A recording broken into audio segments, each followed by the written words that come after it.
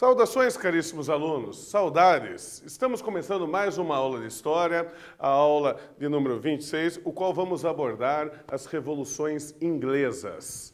Nessa aula aí, a gente vai abordar o processo de transformação da monarquia inglesa. Nas aulas passadas, o que nós conversamos aqui nessas transmissões? Nós conversamos primeiro sobre os princípios do pensamento iluminista. Pensamento esse, o qual eu já falei para vocês são herdeiros dele e que trouxe grandes noções de direito para a gente e de igualdade da população. Trabalhamos também a revolução do pensamento científico, a revolução do pensamento, da forma de pensar a ciência, a razão, o conhecimento. E também trabalhamos os déspotas que tentaram adaptar sua monarquia absolutista ao conceito de iluminismo, fazendo uma adaptação dessas novas concepções, mas sem nunca abrir mão do seu poder absolutista.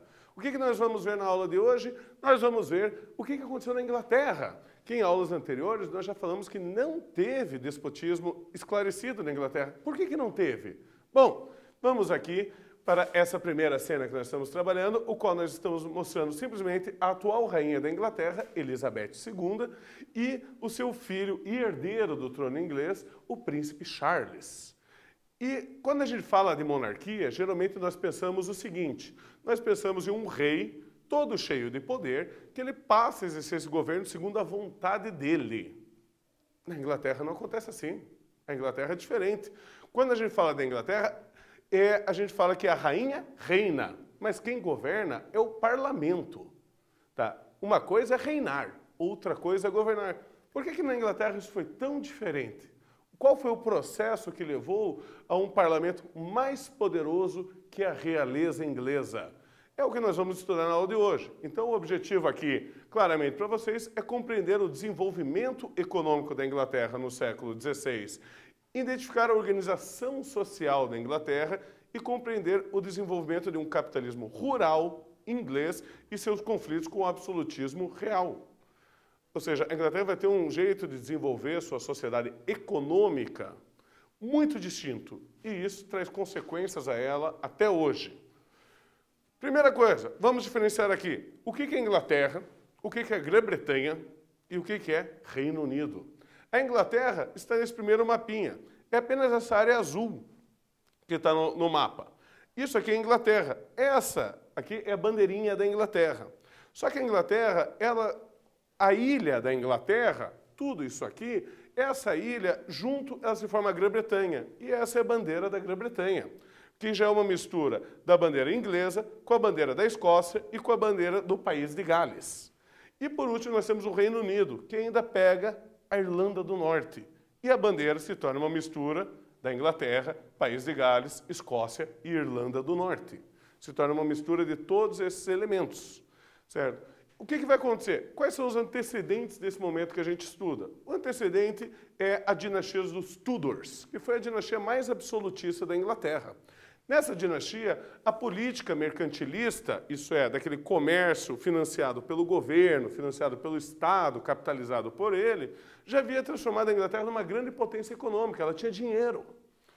E já era uma grande produtora de tecidos, além de mineradora de carvão mineral. Esses dois elementos vão ser importantíssimos para a aula 27, que nós vamos estudar daqui para frente, a seguir, que vai levar à Revolução Industrial Inglesa. E no comércio marítimo, no transporte de cargas navais de uma cidade para outra, de um país para outro, a Inglaterra só perdia para um país. Esse país era a Holanda. Certo? O que vai acontecer na sociedade inglesa nesse período? Você vai ter um grande desenvolvimento do comércio e da indústria de tecidos, que acabou criando umas novas camadas sociais, novas camadas da população. Essa população aí, você vai ter três classes que vão se desenvolver principalmente. A primeira, a gente chama de yeomen, que era o quê? Eram pequenos e médios proprietários rurais, pessoas que não tinham grandes propriedades, que não eram nobres, mas haviam comprado uma terrinha e podiam produzir. A outra que você vai ter é a gentry, que eram os pequenos proprietários rurais. Esses pequenos, eles já eram uma nobreza, eles já tinham essa terra por título de herança, e ali eles já estavam trabalhando nela. E você vai ter uma outra classe que é a burguesia. Essa burguesia vivia na cidade, não vivia no campo. Só que ela negociava muito com o yeoman e com o gentry, porque ela transformava a agricultura deles em um produto manufaturado, em um produto artesanal. O que vai acontecer? Eles vão ter uma relação muito próxima com a burguesia urbana para a produção agrícola que não era exclusiva para alimentação, era para a produção de manufaturas, como já falei. O que eles gostavam principalmente? Tá. Esse artesanato era a transformação da lã, que vinha da ovelha, em tecido. Isso aí era extremamente valorizado na Inglaterra. E então, pensando nesse exercício, vamos agora para o nosso quiz 1.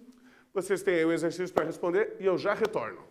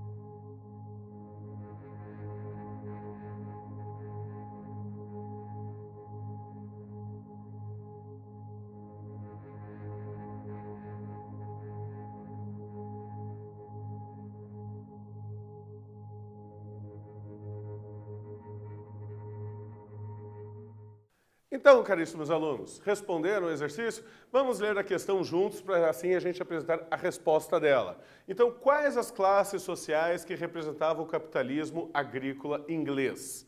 A. Nobreza e servos. B. Camponeses e burgueses. C. Gentry e yeomen. Ou D. Burgueses e proletários. A resposta, que é muito simples, exercício fácil, foi a alternativa C. Gentry e yeomen.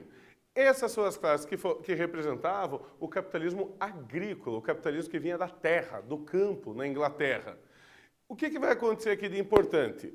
Gente, havia uma grande preocupação com os tecidos de ovelha, com a produção de lã, para justamente fabricar roupas, vestimentas, tecidos. Para isso, era necessário se produzir cada vez mais tecidos. E, por causa disso, você vai ter na Inglaterra um fato importante, que é o ato de cercamento. Esse ato de cercamento vai ser uma lei em que permitia aos donos de terra cercar a parte comunal da terra, cercar a parte comum, e expulsar aquela população que habitava lá. E ali, nessa parte comum, eles vão fazer um maior pasto, para assim poder ter mais ovelha e ter mais produto de lã. Quais são as consequências disso? Aumento do pasto e, por segundo, a população que vai ser expulsa desse campo e vai ter que procurar um lugar para viver. Isso vai ser importantíssimo quando chegarmos em Revolução Industrial, certo? E seguimos agora para a nossa próxima atividade. Nessa atividade eu pergunto para vocês, no livro Utopia, escrito pelo Thomas Moros, ele descreve uma sociedade caótica, um caos, em que as ovelhas se alimentavam de seres humanos. Essas eram uma crítica clara ao quê? A. Ao sistema de plantation na Alemanha. B. A servidão em Portugal. C. A corveia na França. Ou D. O cercamento na Inglaterra. Vocês têm os minutinhos para responder e logo retornamos.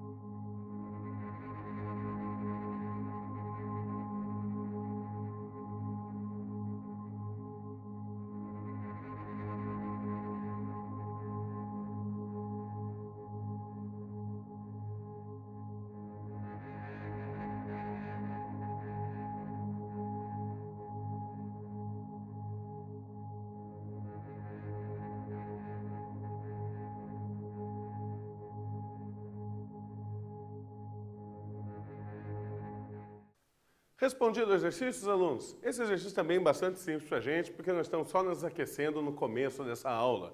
Óbvio que a resposta correta era a política do cercamento que acontecia na Inglaterra, era a alternativa de letra D. O que vai acontecer aqui?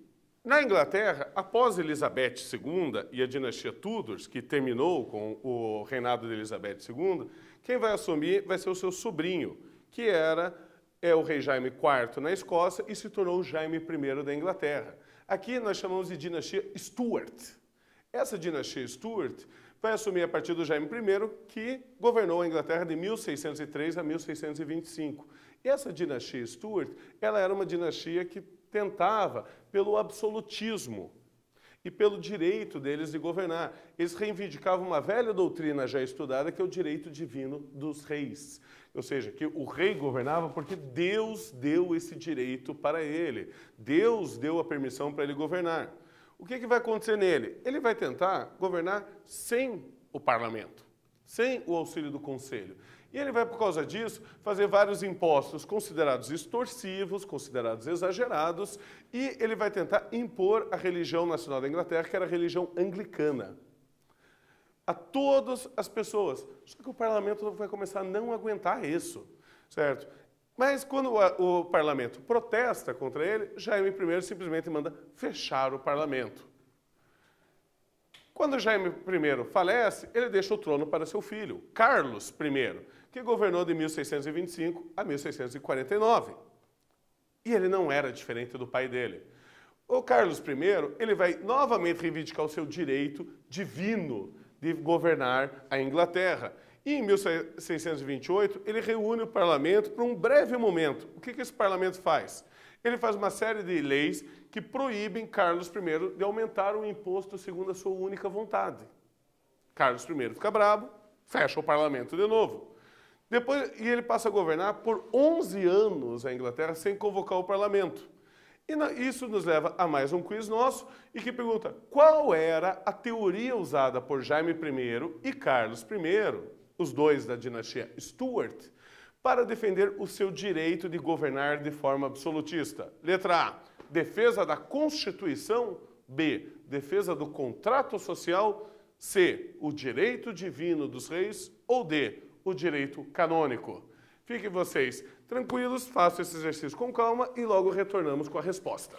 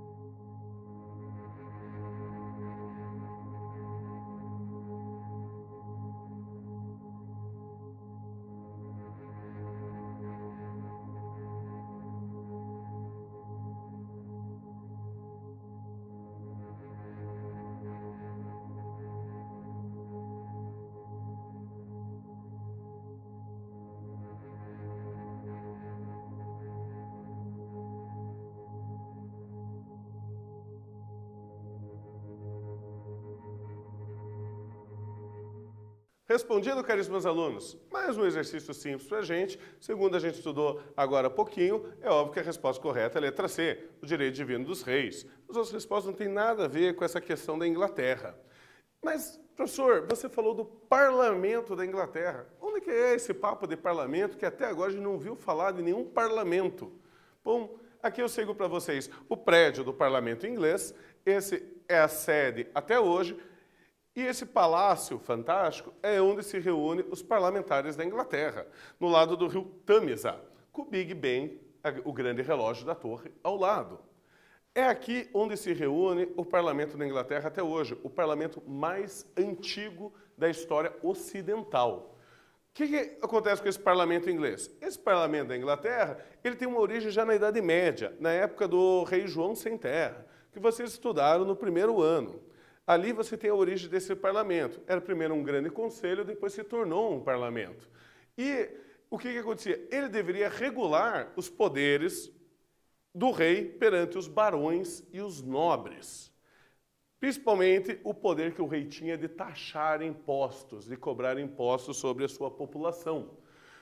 Durante a dinastia Stuart, ele era formado por duas câmaras. Primeiro, a Câmara dos Nobres, o qual representava as leis em relação àquelas pessoas que tinham título de nobreza, e o outro era a Câmara dos Comuns.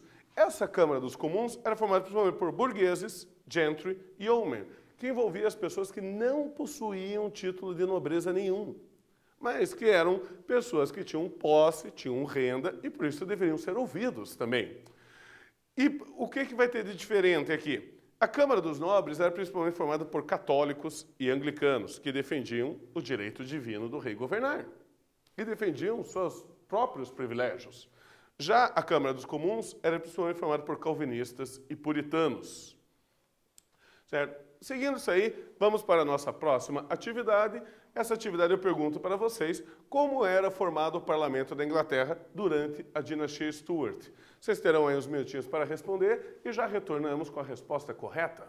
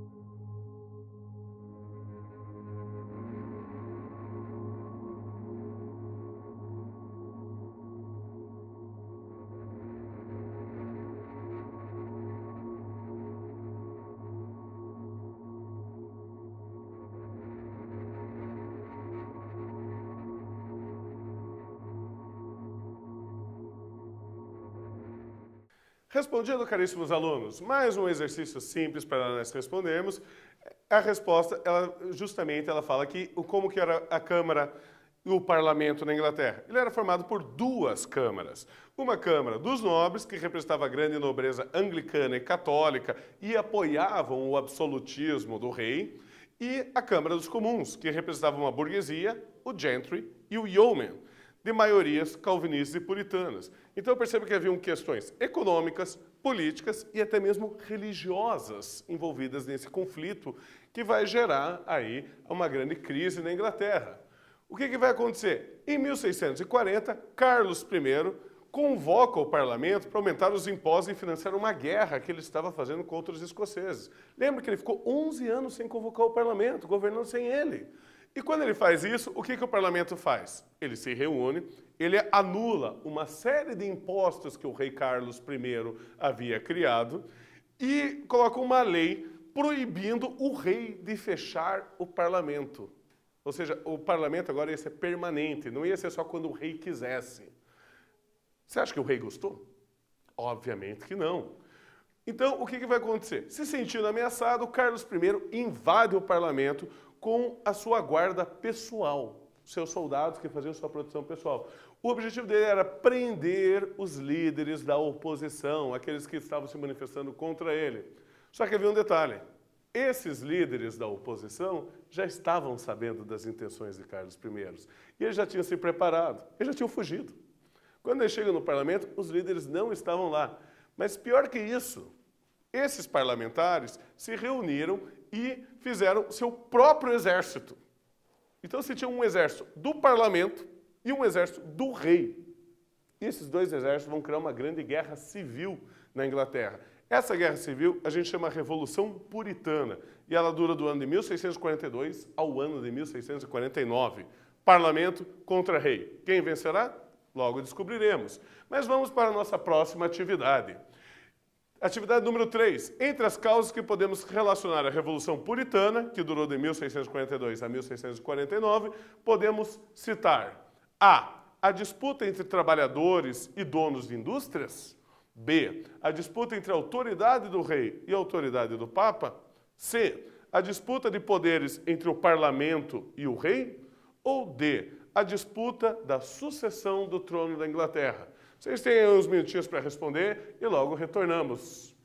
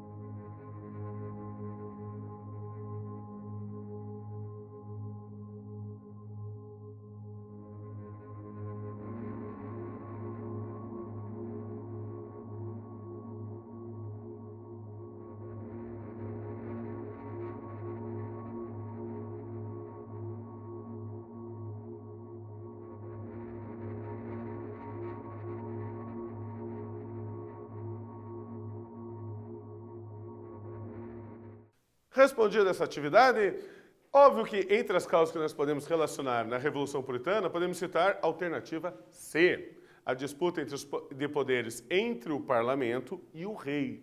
Lembre-se do que eu falei, o parlamento vai organizar seu próprio exército e o rei vai usar o exército que ele já tinha contra o parlamento. Isso vai dar início à Revolução Puritana. Como que ficou dividida, então, a Inglaterra nesse período? Carlos I, o rei, parlamento contra o rei.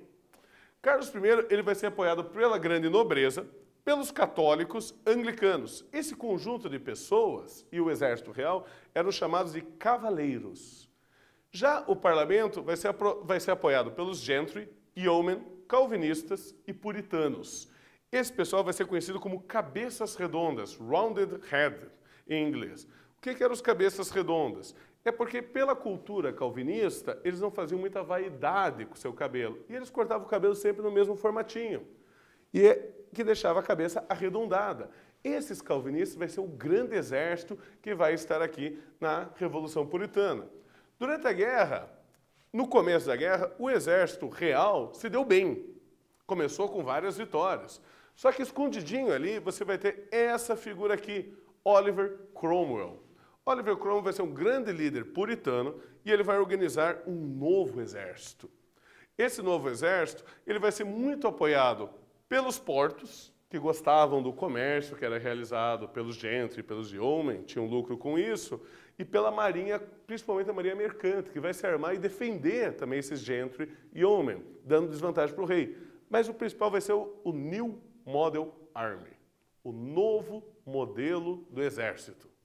Esse novo modelo de exército, ele vai dar cargos e benefícios e promoções para seus soldados por mérito e por coragem, e não mais por título de nobreza. Antes, o que acontecia? Se você era nobre, você podia ser general, podia ser capitão, tenente. Se você não era, você era só soldado. O que o Oliver Cromwell faz? Se você é corajoso e se você é competente, você pode levar até general. Você pode subir até as maiores partes do exército, o que encorajava seus soldados a serem corajosos, a serem ousados e a conseguir a vitória. E aí nós seguimos para mais uma atividade nossa, temos um texto aí para a leitura de vocês, vocês podem fazer a leitura e em seguida retornamos aí com o questionamento.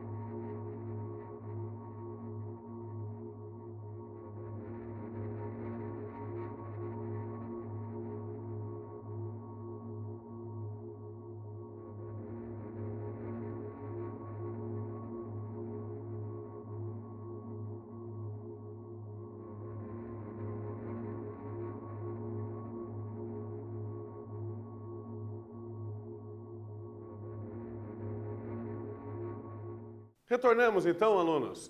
Segundo exercício, após a leitura do texto, sobre o texto podemos entender que ele demonstra a Revolução Puritana como um caminho certo, único e justificável. Ele faz uma crítica à Revolução Puritana, mostrando-a como um acontecimento ruim. Ele demonstra que a Revolução Puritana pode ser interpretada do ponto de vista liberal ou do ponto de vista conservador, dando duas interpretações sobre esse processo, ou ele argumenta que apenas motivos religiosos levaram à Revolução Puritana. Se você for analisar bem, a alternativa correta é a alternativa C. Ele faz no texto dele uma interpretação conservadora, falando da briga dos reis em proteger o cercamento, e ele também faz uma interpretação liberal sobre os burgueses e a questão do direito comercial e o direito das pessoas se manifestarem. Gostaria de lembrar a todos aqui que acessem sempre o Google Class, conversem com seus professores e respondam o questionário que está lá disponível junto com a aula que você vai verificar. Não se esqueçam de fazer isso para garantir todo o trabalho didático desse ano. Como que a gente conclui a aula de hoje então, professor? Quais são as nossas considerações? Primeiro, o processo de formação da monarquia parlamentarista, em que o parlamento tem participação ativa nas medidas do governo, ocorreu devido a conflitos entre o parlamento e a monarquia. Não aconteceu porque o rei achou que era bom ter um parlamento. É porque o parlamento organizou um exército e foi nas armas contra o rei. Foi demandar o seu direito de auxiliar ou de governar. E segundo, esse conflito ele envolveu motivos econômicos e motivos religiosos. Tá bom, professor, mas você falou que o parlamento organizou um exército, foi enfrentar o rei e o que aconteceu depois? Esse será o assunto da nossa aula seguinte. Agradeço a todos vocês e ficamos até a próxima.